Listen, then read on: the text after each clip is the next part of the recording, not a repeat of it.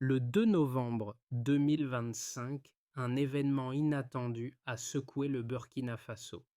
Ibrahim Traoré a renversé les attentes liées à une journée habituellement dédiée au recueillement.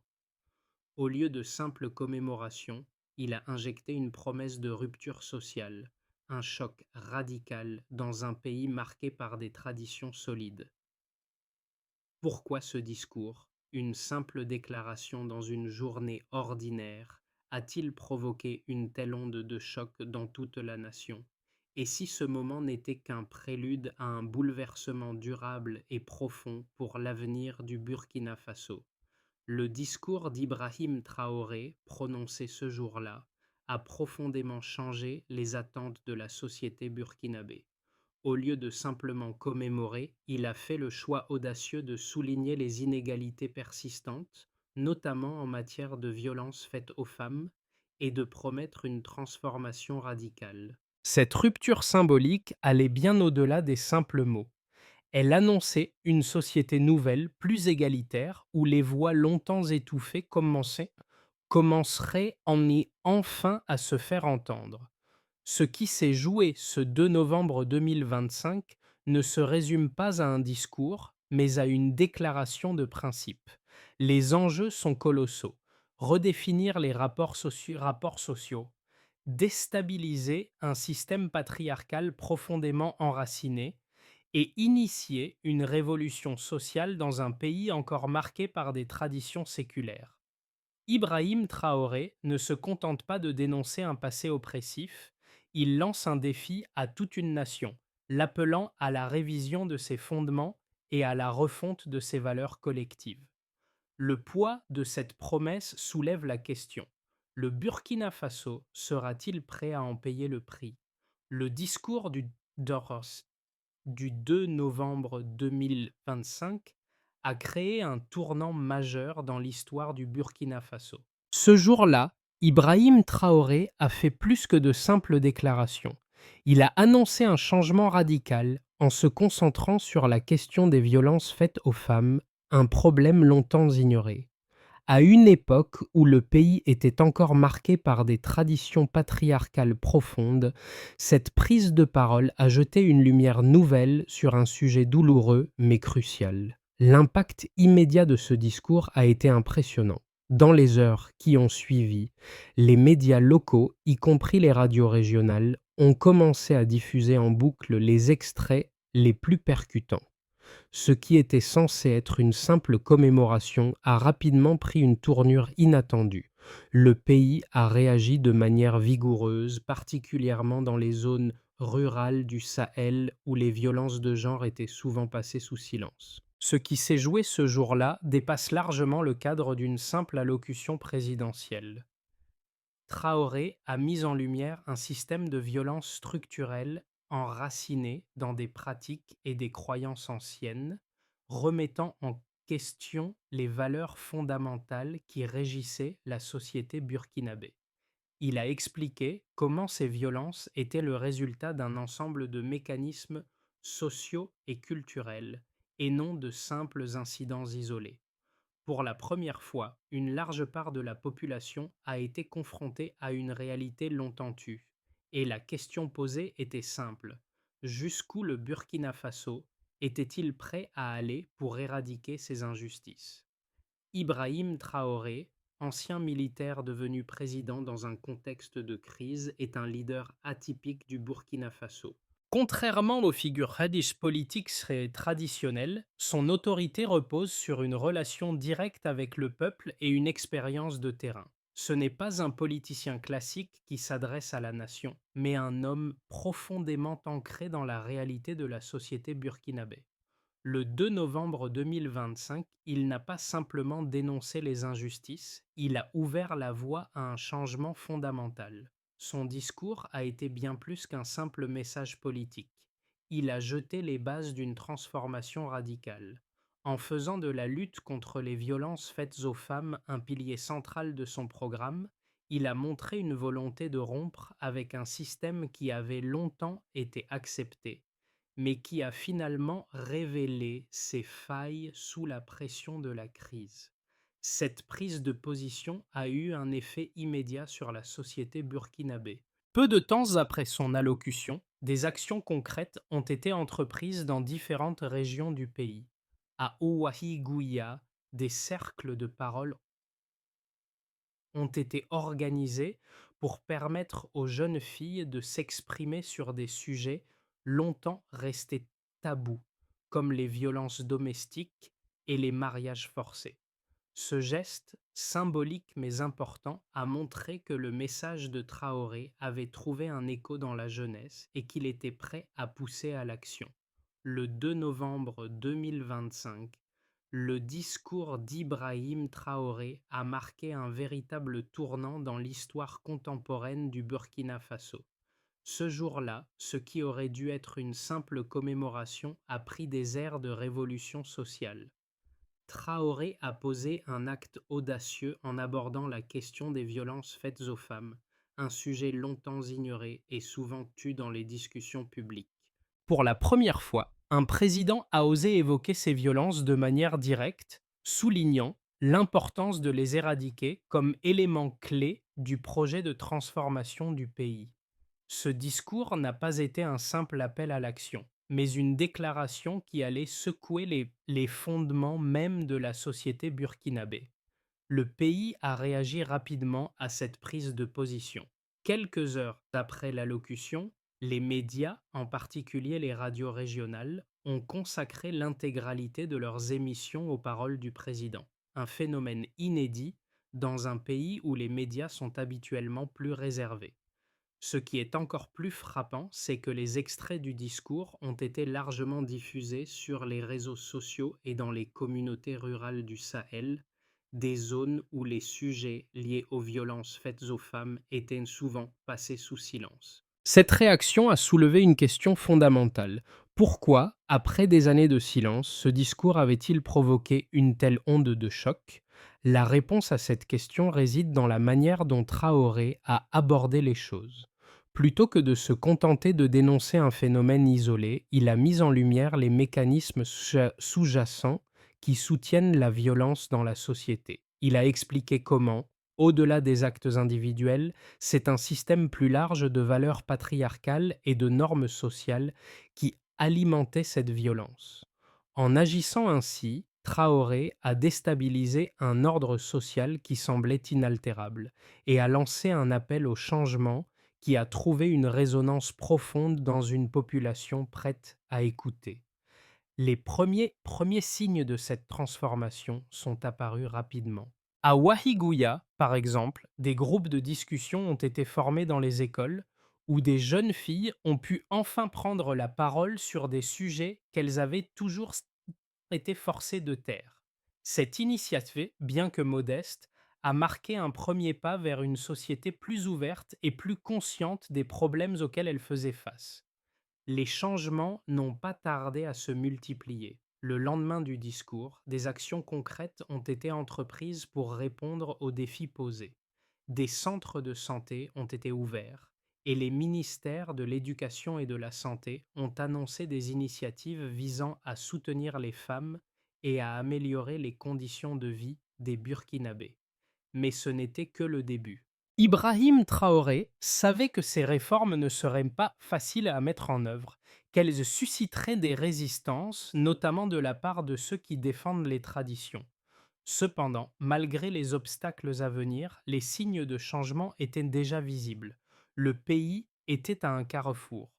D'un côté, il y avait la promesse d'une transformation radicale et, de l'autre, un système traditionnel qui résistait de manière farouche. Mais le discours de Traoré a donné au Burkina Faso une chance de se réinventer, de redéfinir ses valeurs et de regarder vers l'avenir avec une nouvelle perspective. Les Burkinabés étaient prêts à relever le défi. Les résultats des réformes lancées après le discours de Traoré sont déjà mesurables. Trois chiffres majeurs permettent d'évaluer l'impact immédiat et l'efficacité des premières actions. L'augmentation de l'inscription des filles dans les écoles secondaires rurales, la réduction de la mortalité maternelle et la création d'emplois pour les femmes dans les usines de transformation. Ces données ne sont pas simplement des statistiques, mais des signes tangibles d'un changement en cours. Tout d'abord, l'inscription des filles dans les écoles secondaires rurales a connu une augmentation spectaculaire de 25% entre 2025 et 2026. Cette progression est particulièrement notable dans des zones où, historiquement, l'éducation des filles avait été reléguée au second plan. Les familles, autrefois hésitantes à envoyer leurs filles à l'école, ont commencé à voir l'éducation comme un investissement pour l'avenir, plutôt que comme un luxe inutile. Ce changement de mentalité a été alimenté par des programmes d'incitation du gouvernement, qui ont facilité l'accès à l'éducation, notamment par des bourses pour les familles à faible revenu. Dans le même élan, la mortalité maternelle a diminué de 18% depuis 2025, un résultat impressionnant dans un pays où l'accès aux soins de santé était un défi majeur, surtout dans les zones rurales. Cette baisse a été rendue possible grâce à l'ouverture de nouveaux centres de santé, mais aussi à la formation de sages-femmes dans les régions éloignées, qui ont désormais les compétences nécessaires pour gérer les complications liées à la grossesse et à l'accouchement. L'impact de cette mesure se ressent directement dans les villages où les femmes, jadis victimes de négligence médicale, bénéficient maintenant de soins prénatals réguliers et de conditions d'accouchement plus sûres. Et pour finir, plus de 50 000 femmes ont trouvé un emploi dans les usines de transformation lancées entre 2026 et 2028. Ces femmes, qui faisaient traditionnellement partie de la main-d'œuvre non rémunérée dans leur foyer, ont désormais un revenu autonome, ce qui a non seulement amélioré leur qualité de vie, mais aussi renforcé l'économie locale. Cette initiative a eu un double impact. Elle a stimulé la croissance économique dans les zones rurales, tout en permettant aux femmes de prendre une place plus importante dans la dynamique économique du pays.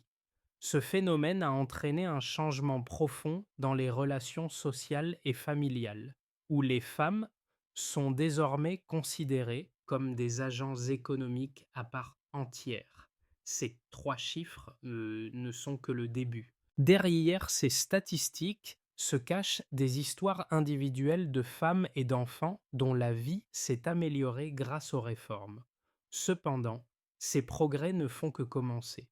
Le défi reste de maintenir cet élan, de surmonter les résistances et de garantir que ces réformes bénéficient à toutes les couches de la société burkinabé.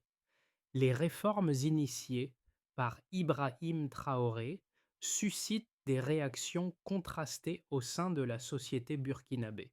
D'un côté, les partisans des réformes affirment que ces changements sont essentiels pour permettre au pays de sortir définitivement de la pauvreté et d'atteindre un développement durable.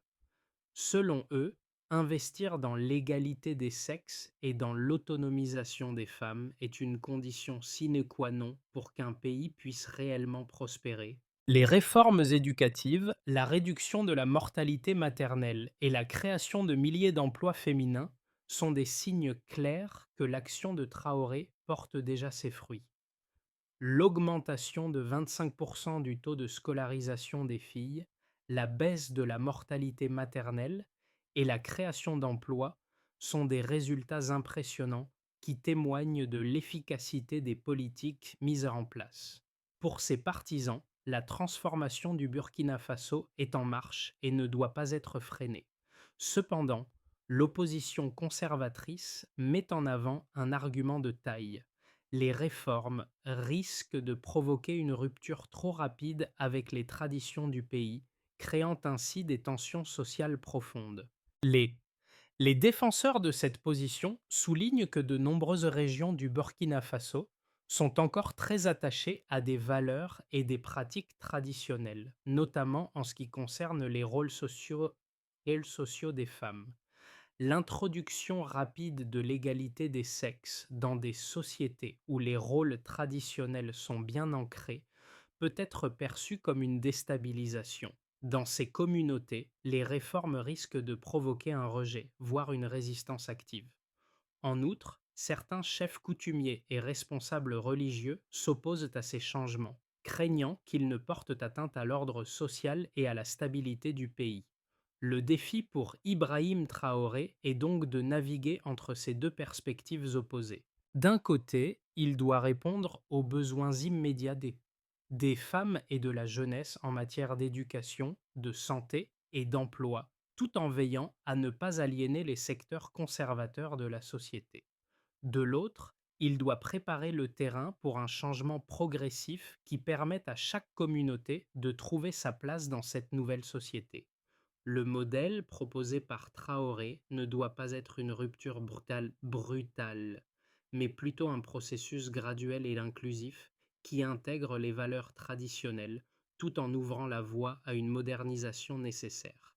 Cette approche peut être plus difficile à mettre en œuvre, mais elle offre l'opportunité de créer un changement durable sans déstabiliser trop brutalement la société. Le 2 novembre 2025 n'a pas seulement marqué un tournant dans le discours public du Burkina Faso. Ce fut un signal fort, un changement de trajectoire visible qui a trouvé un écho immédiat dans tout le pays. Ce qui a commencé par un simple discours s'est rapidement transformé en un mouvement de fond. Les premières mesures ont été prises non pas de manière théorique, mais avec des actions concrètes sur le terrain. Dans les heures suivant la prise de parole de Traoré, des cercles de discussion ont été organisés dans des écoles rurales, des initiatives ont été mises en place dans les zones les plus reculées pour ouvrir de nouvelles écoles et centres de santé. Ce n'était pas qu'une simple réaction à des discours politiques, c'était un véritable réveil. Le discours de Traoré a servi de catalyseur pour des actions immédiates, ce qui a montré à la fois le pouvoir des mots et l'engagement réel du gouvernement pour répondre aux besoins urgents de la population. Cependant, cette dynamique rapide n'est pas sans risque. La question se pose maintenant. Le Burkina Faso pourra-t-il maintenir cet élan sans entrer en conflit avec les forces conservatrices qui résistent à tout changement brusque? Les effets des réformes lancées par Ibrahim Traoré sont déjà visibles dans plusieurs domaines clés de la société burkinabé. Tout d'abord, le secteur de l'éducation a connu une véritable révolution. Le taux d'inscription des filles dans les écoles secondaires rurales a augmenté de 25% entre 2025 et 2026, ce qui est un signe frappant du changement dans les mentalités. Là où les filles étaient autrefois laissées à l'écart du système éducatif, aujourd'hui, elles sont de plus en plus considérées comme un moteur essentiel du développement national. Les programmes de bourse et de soutien aux familles à faible revenu ont joué un rôle majeur dans cette dynamique en permettant à un plus grand nombre de filles d'accéder à l'éducation secondaire. Cela marque un tournant majeur, car l'éducation des filles est désormais perçue non seulement comme un droit, mais aussi comme un levier essentiel pour l'émancipation sociale et économique du pays. Dans le domaine de la santé, les réformes ont également porté leurs fruits. La mortalité maternelle a diminué de 18% depuis 2025 grâce à l'ouverture de nouveaux centres de santé et à la formation de sages-femmes dans les régions rurales où l'accès aux soins était historiquement limité. Ces progrès sont particulièrement importants dans un pays où les conditions sanitaires étaient jusqu'alors précaires, surtout dans les zones éloignées. La baisse de la mortalité maternelle reflète non seulement une amélioration des infrastructures médicales, mais aussi une prise de conscience croissante de l'importance des soins prénatals et des accouchements en milieu médicalisé. Cette avancée est un témoignage direct des bénéfices des réformes et de l'engagement du gouvernement pour améliorer la santé publique. Le secteur économique a également été transformé. Plus de 50 000 femmes ont trouvé un emploi dans les usines de transformation, principalement dans les zones rurales. Ce chiffre est un indicateur clair de l'impact économique de ces réformes, mais il va bien au-delà des simples statistiques. Chaque emploi créé a permis aux femmes de devenir des actrices économiques à part entière, changeant ainsi les dynamiques familiales et sociales. Les femmes salariées apportent une contribution significative à l'économie locale augmentant la consommation intérieure et réduisant la dépendance économique de leur famille vis-à-vis des aides extérieures. En outre, cette autonomisation économique des femmes modifie profondément les rapports de pouvoir dans la société burkinabé. Les femmes ne sont plus seulement responsables des tâches ménagères, elles jouent désormais un rôle crucial dans le développement économique du pays. Cependant, bien que ces changements soient significatifs, ils ne sont que le début d'un processus de transformation bien plus large. Le Burkina Faso se trouve à un carrefour. D'un côté, la promesse d'un avenir plus égalitaire et prospère, et de l'autre, les résistances de certaines couches conservatrices de la société. Les réformes de Traoré, bien qu'encourageantes, doivent encore surmonter des obstacles importants, notamment la réticence des autorités traditionnelles et religieuses, qui voient ces changements comme une menace pour l'ordre social établi. Malgré ces défis, il est clair que le pays est sur la voie du progrès et que les réformes initiées par Ibrahim Traoré commencent à transformer la vie des Burkinabés de manière tangible. Dans les 6 à 12 prochains mois, 3 trajectoires distinctes sont possibles pour les réformes initiées par Ibrahim Traoré. Chacune de ces trajectoires dépendra de l'application des réformes, de l'adhésion populaire et des résistances sociales. Le scénario le plus probable est celui d'une progression stable et mesurée. Dans cette configuration, les réformes éducatives continueront de se déployer à un rythme régulier, avec un soutien constant aux familles rurales et un renforcement des infrastructures scolaires. Le taux de scolarisation des filles devrait encore augmenter, soutenu par l'ouverture de nouvelles écoles et l'octroi de bourses supplémentaires. Le secteur de la santé connaîtra également une amélioration progressive grâce à la mise en place de nouveaux centres de santé et à la formation continue des professionnels. L'économie rurale continuera de bénéficier de la création d'emplois dans les usines de transformation et les femmes qui y travaillent joueront un rôle clé dans la consolidation de cette croissance. Dans un scénario plus ambitieux, les réformes pourraient créer un effet d'entraînement sans précédent, plaçant le Burkina Faso comme un modèle pour les autres pays du Sahel. Dans ce cas, les initiatives éducatives dépasseraient les objectifs initiaux. Les filles termineraient leur cycle secondaire dans un pourcentage bien plus élevé que prévu. L'économie se renforcerait davantage avec l'ouverture de nouvelles usines et l'attrait de nouveaux investissements étrangers, contribuant à diversifier les secteurs productifs. La mortalité maternelle continuerait de diminuer grâce à un réseau sanitaire plus dense et un engagement public plus fort. La société burkinabé commencerait à adopter une vision plus égalitaire et Ibrahim Traoré pourrait consolider son image de pionnier social tout en renforçant le rôle du Burkina Faso comme leader régional dans la transformation sociale et économique. Cependant, il existe également une trajectoire plus difficile où les résistances à ces réformes pourraient freiner leur mise en œuvre. Dans ce scénario, les forces conservatrices se renforceraient, en particulier dans les régions rurales où les traditions sont profondément enracinées. Les femmes et les jeunes filles pourraient rencontrer des obstacles supplémentaires à leur scolarisation, et les usines de transformation peineraient à recruter en raison de la réticence des communautés locales à accepter l'émancipation des femmes. Cette résistance pourrait se traduire par des tensions sociales accrues, avec des manifestations et des oppositions ouvertes des chefs coutumiers et des responsables religieux. Bien que cette trajectoire ralentisse le rythme des réformes, elle ne les arrêtera pas complètement. Les réformes continueront à apporter des avancées, mais elles seront plus lentes et plus difficiles à mettre en œuvre. Les réformes lancées par Ibrahim Traoré ne concernent pas seulement la politique et l'économie. Elles touchent directement la vie de chaque Burkinabé, en particulier celle des femmes et des jeunes. Pour la première fois, une grande partie de la population burkinabé prend conscience que le changement est possible, même dans un pays marqué par des traditions anciennes et des inégalités profondes. Les femmes, qui étaient autrefois confinées à des rôles domestiques et subordonnés, commencent d'avoir leur vie transformée. Elles trouvent non seulement un emploi, mais aussi un sens de dignité et d'autonomie. Pour elles, chaque emploi créé dans les usines de transformation représente bien plus qu'un simple revenu.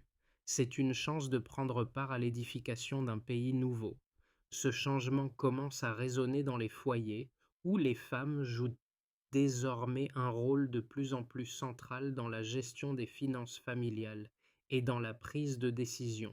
Les jeunes, en particulier les filles, bénéficient directement de l'augmentation de l'accès à l'éducation. Les écoles secondaires rurales, autrefois pratiquement inaccessibles, deviennent un espace où elles peuvent rêver d'un avenir différent, loin des traditions qui les maintiennent dans un rôle subordonné. Le taux d'inscription des filles est en forte augmentation, et avec lui, l'espoir d'une génération plus éduquée, plus indépendante et plus ouverte au monde. Les filles, pour la première fois, envisagent un avenir où elles peuvent choisir leur voie, leur profession et leurs rêves sans être limitées par leur sexe. Les changements ne se limitent pas aux femmes et aux jeunes.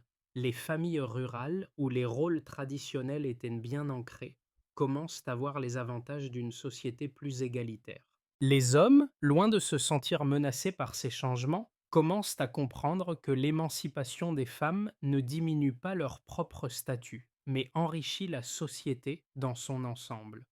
Ce processus de transformation sociale va au-delà de la simple équité de genre. Il s'agit de créer une société plus juste et plus prospère pour tous, où chacun peut avoir une place égale indépendamment de son sexe ou de son origine.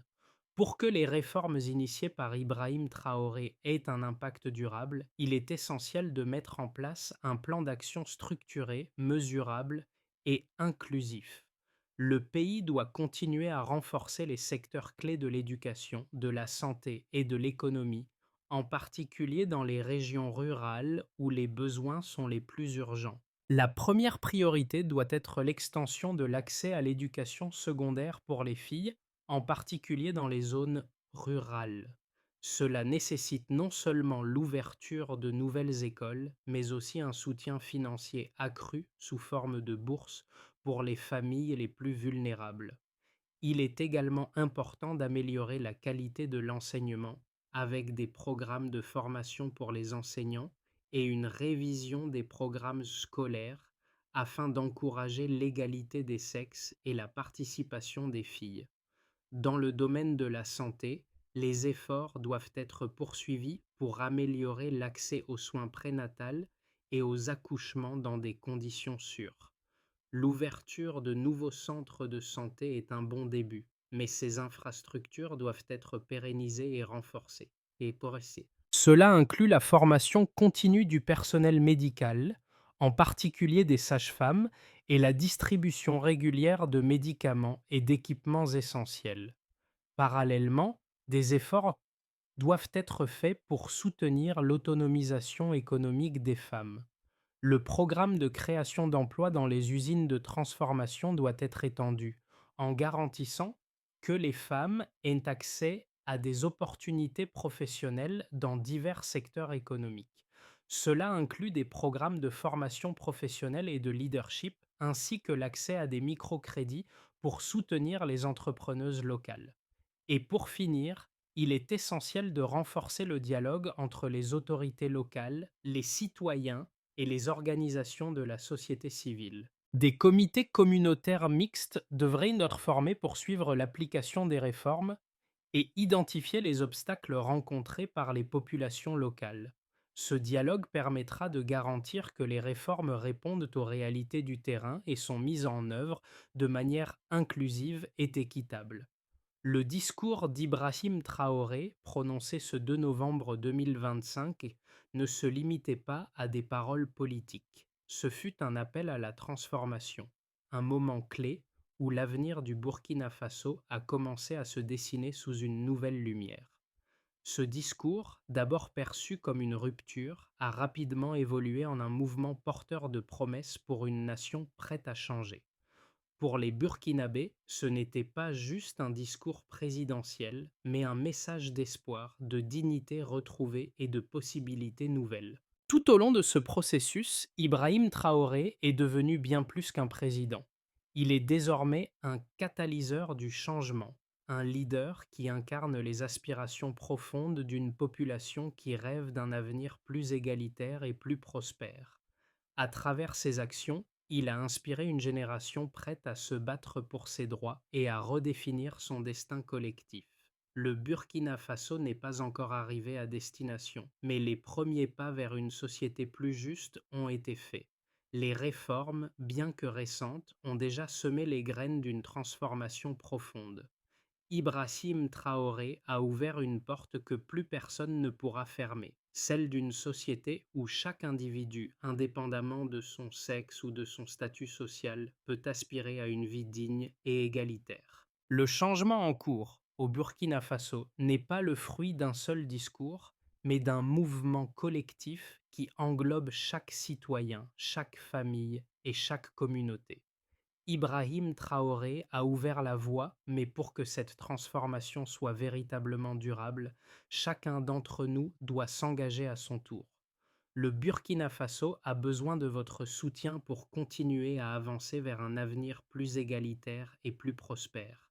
Participez à ce processus en soutenant des initiatives locales, en partageant cette histoire et en contribuant à l'éducation et à l'autonomisation des femmes dans votre communauté. Chaque geste compte, chaque action peut avoir un impact. En rejoignant ce mouvement, vous participez à la construction d'un avenir commun où la dignité humaine et l'égalité des chances sont au cœur de la société. Que ce soit en soutenant des projets communautaires, en apportant votre aide aux jeunes filles ou en promouvant l'égalité dans votre environnement, chaque contribution fait la différence. L'histoire du Burkina Faso est en train de se réécrire et vous en faites partie. Ensemble, façonnons un avenir plus juste pour tous.